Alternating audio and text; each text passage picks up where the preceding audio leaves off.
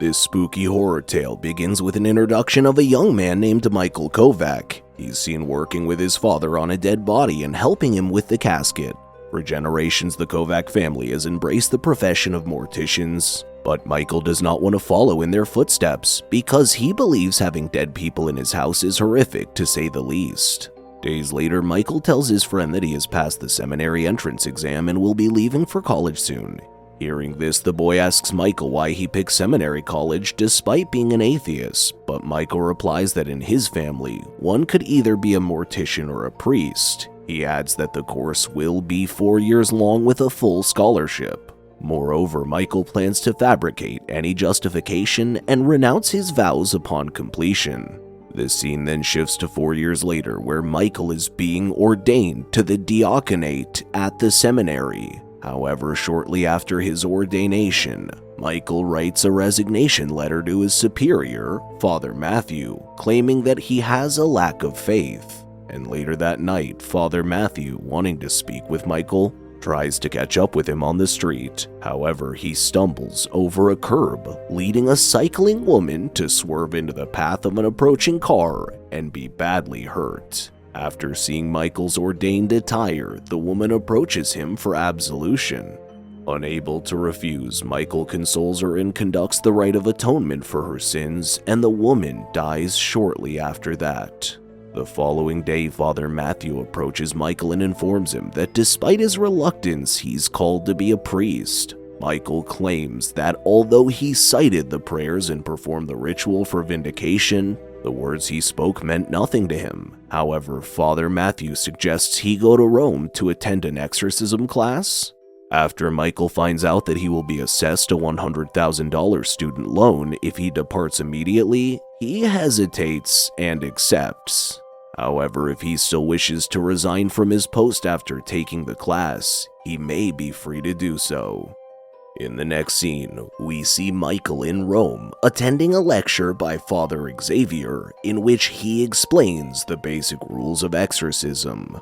Father Xavier discusses the symptoms of possession and how an exorcist should be able to tell the difference between possession and a psychotic disease, because the signs are almost identical. After class, a student named Angelina approaches Michael and introduces herself. After a few lectures, Father Xavier notices Michael's skepticism toward faith and advises that Michael meet his friend Father Lucas for a practical demonstration. Father Lucas is a well-known Jesuit exorcist who employs unconventional exorcism techniques. Later, Michael goes to see Father Lucas at his home. There, he meets one of his patients, Rosaria, a 16-year-old pregnant girl. He asks Father Lucas how he knows the girl is possessed because she may also be mentally ill. To demonstrate, Father Lucas put pressure on Rosaria to guess what's in the bag, and Rosaria accurately predicts that it's an American dollar despite not knowing what it contains. He then assures Michael that Rosaria predicted this correctly because the devil is currently in and throughout her. Following this, Father Lucas starts the exorcism by asking Rosaria to tell him what the demon is saying to her.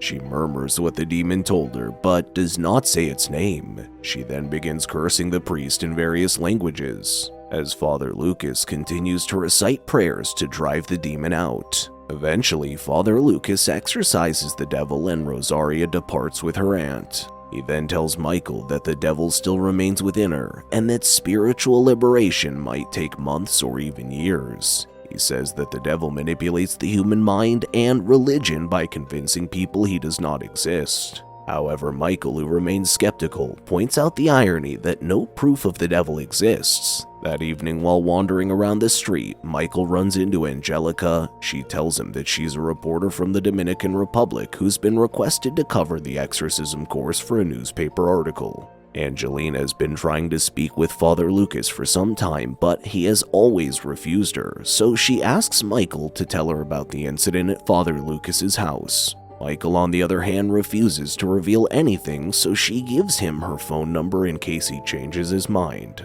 The following day, Michael discovers Rosaria's bracelet in his pocket and decides to visit her with Father Lucas. The two immediately start questioning her, and Rosaria denies putting the bracelet there.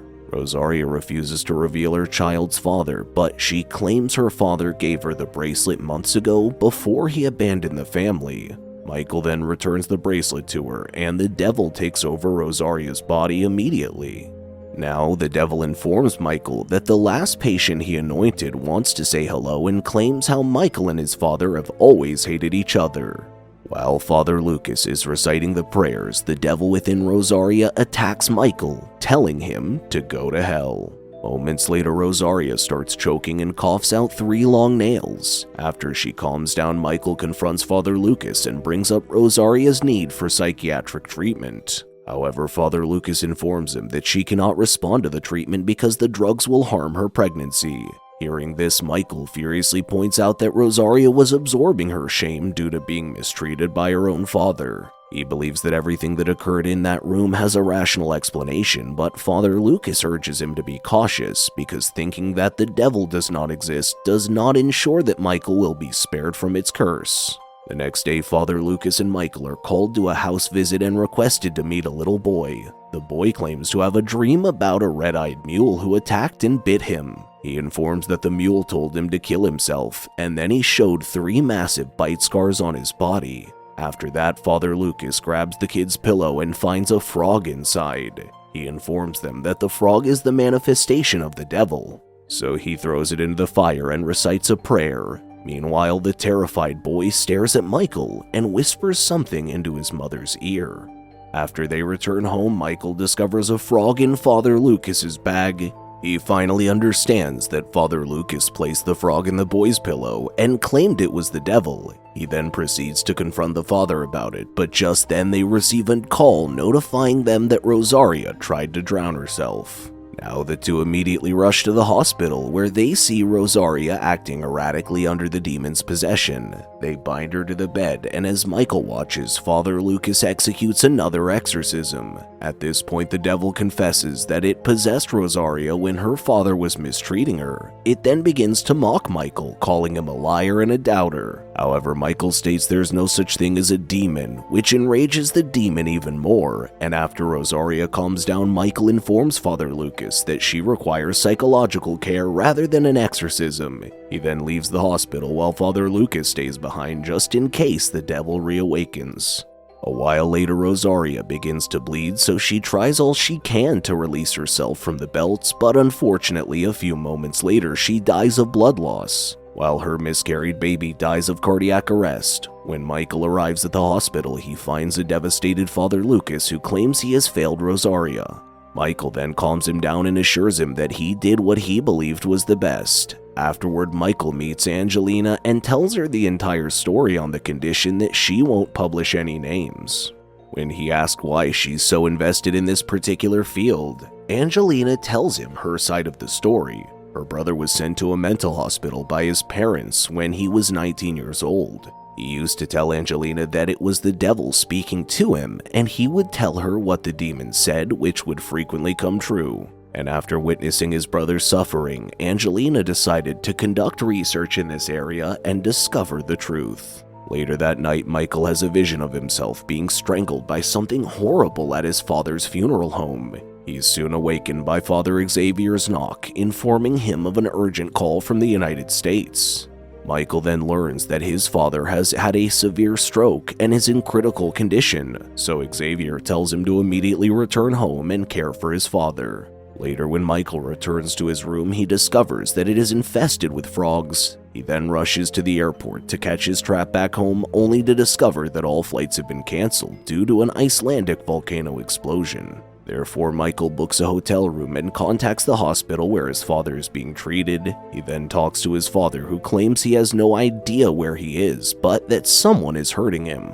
Michael asks his father who's harming him, but the call is somehow transferred to the doctor. Now the doctor informs Michael that his father had been declared dead 6 hours ago. Suddenly, Michael feels a chill run down his spine because he just spoke with his father a few seconds earlier. And after he hangs up, Michael breaks into tears in confusion and pain. He then recalls how he lost his faith after his mother died when he was a child. Soon after, Michael hears banging on his door, but when he checks it out, no one is around.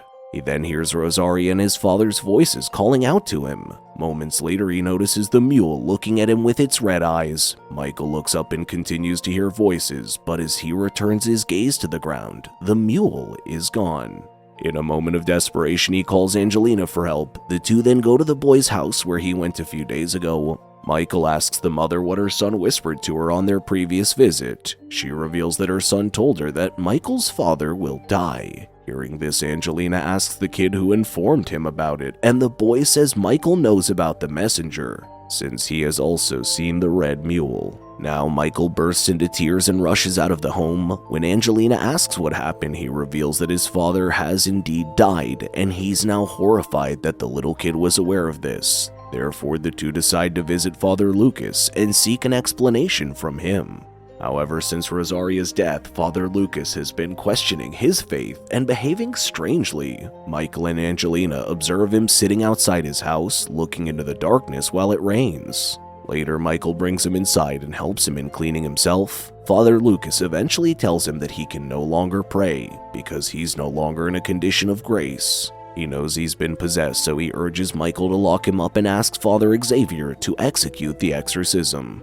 After locking Father Lucas in the room, Angelina and Michael anxiously try to contact and locate Father Xavier, but they find out that he has gone to Vatican City and will return in 3 days. They try to reach him, but their messages go to voicemail. Having no other choice, Michael chooses to carry out the exorcism on his own. Now, as Michael enters the room, the devil announces himself right away, claiming to have taken over Father Lucas. The door slams shut and the devil begins to tell Michael about his father, who died painfully and alone in the same hospital where Michael's mother died. Father Lucas's body is then bent by the devil, who pulls his arms behind his back. At this point, he desperately begs God to help him, and moments later the demon releases him. Father Lucas immediately instructs Michael to tie him up, which he does with Angelina's help. However, soon after, the demon returns and begins to growl inhumanely. Michael asks Angelina to leave, but she refuses to do so because she wants to know the truth about this stuff. Following that, Michael begins the exorcism by commanding the devil to reveal his name. The devil, on the other hand, mocks him even more, impersonating his father. Furthermore, it tells Michael that his father wishes to say hello from hell. Michael then gets frustrated and rushes out of the room. He tells Angelina that he can't execute the exorcism as he still has lack of faith. But Angelina assures him that fate brought him here because he is destined to be a priest. She tells him that he's not alone and that God has put him here for a reason. Finally, Michael returns to the room and conducts another exorcism with great faith. However, the devil suddenly breaks free from his bonds and attacks Angelina. Now the devil almost kills the poor girl, but the Chad, Michael, soon intervenes and manages to save her. Now the devil mocks him again, telling him that Father Lucas will never return. He then asks Michael whether he believes in the devil, to which Michael responds that he does, but he also believes in God. And at that point, Michael finally embraces God, and with his restored and greater faith, he compels the demon to reveal its name, Baal. Eventually, Michael completes the exorcism and the devil finally leaves Father Lucas. And after this incident, Michael bids Father Lucas and Angelina farewell before returning to the United States. But before leaving, Father Lucas advises him to stay on the path of God and have faith. Months later, we see Michael back in the United States, who has chosen to become a priest and devote himself to God. He then receives a letter informing him that Angelina has written an article about exorcism. And as the movie comes to an end, Father Michael enters a confessional to hear a girl confess in his church. Make sure to subscribe and turn on notifications so you can watch more videos like this. Thank you for watching.